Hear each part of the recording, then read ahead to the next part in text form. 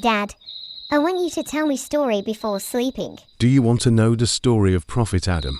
Peace be upon him. Yes, sure, Dad.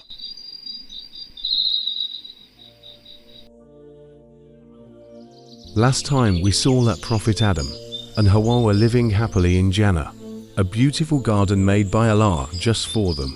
They had everything they could ever want. Cool shade, delicious fruits, peaceful rivers. It was like a perfect dream. There was just one rule Allah told them clearly. You can enjoy everything in Jannah, but don't go near that one tree. Adam and Hawa listened. They stayed away from the tree. Days passed in joy and peace, but someone was watching them. It was Shaitan, the devil. He was jealous. He didn't like that Adam and Hawa was so close to Allah. So he came up with a sneaky plan. Shaitan starts whispering, "That tree has a secret if you eat its fruit." Slowly they started to wonder, what if Shaitan is telling the truth?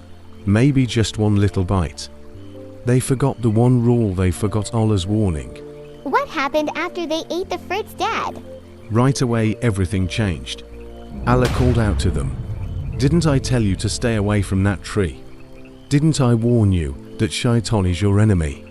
They raised their hands and said, "Our Lord, we have wronged ourselves. If you don't forgive us and have mercy on us, we will be among the losers." Allah loves those who say sorry. He forgave them, but He also sent them to live on earth, to learn, grow and become stronger. This story teaches us that Shaitan is always trying to trick us.